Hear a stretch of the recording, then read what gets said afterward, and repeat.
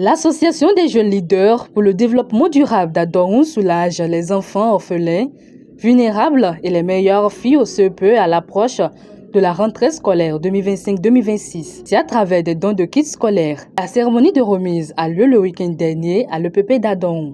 Ils sont environ 150 apprenants à bénéficier de ces kits pour la 5e édition. Nous croyons que l'éducation est la clé pour l'émancipation des femmes et l'égalité des chances. En soutenant ces jeunes filles, nous contribuons à créer un avenir plus juste et plus équitable pour tous. Mais nous n'oublions pas non plus les enfants vulnérables qui ont besoin de notre soutien, certainement. Oui, nous le savons. Le don de ces kits est un geste de solidarité et de compassion une fois encore.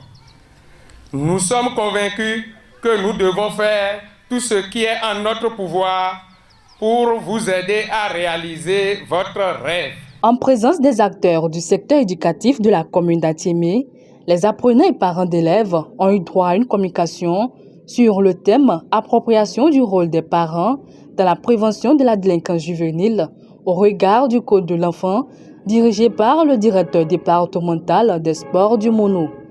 Nous avons partagé avec eux le contenu d'une formation que nous avons reçue il y a quelques moments. Et le ministère des Sports a organisé à l'endroit des responsables d'associations de jeunes dans la commune du Mono. En effet, vous savez, pour prévenir la délinquance, il y a deux acteurs, les parents et les enfants. Dans un premier temps, les parents doivent assumer leur responsabilité de nourrir les enfants, les vêtir, les loger, les instruire, les soigner. Les 5 besoins fondamentaux, c'est le minimum qu'un parent, aussi pauvre soit-il, pourrait quand même apporter en fonction de sa bourse à son enfant pour lui garantir une certaine stabilité émotionnelle, psychologique. Et c'est très important que les parents puissent être recentrés sur cette priorité parce qu'aujourd'hui, on a tendance à croire que l'accumulation du matériel, donc des terrains, des parcelles, des pailles qui est éphémère, prime sur l'éducation et sur l'investissement sur les enfants.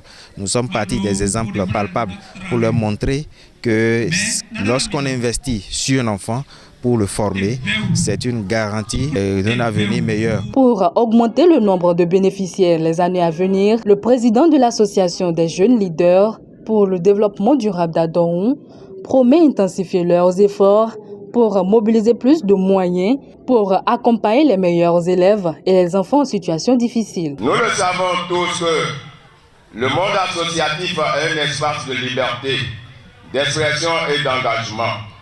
Il permet de développer des compétences sociales et citoyennes et constitue un levier essentiel pour la société pour des raisons inclusives et dynamiques.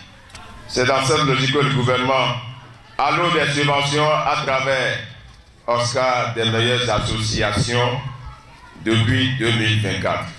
Grâce à la mobilisation des fonds des membres puis de nos différents sponsors, l'association des jeunes leaders pour le développement durable d'Adorun s'engage à impacter plus la communauté et à pérenniser ses actions et élargir leur impact et initier de nouvelles dynamiques sur le terrain.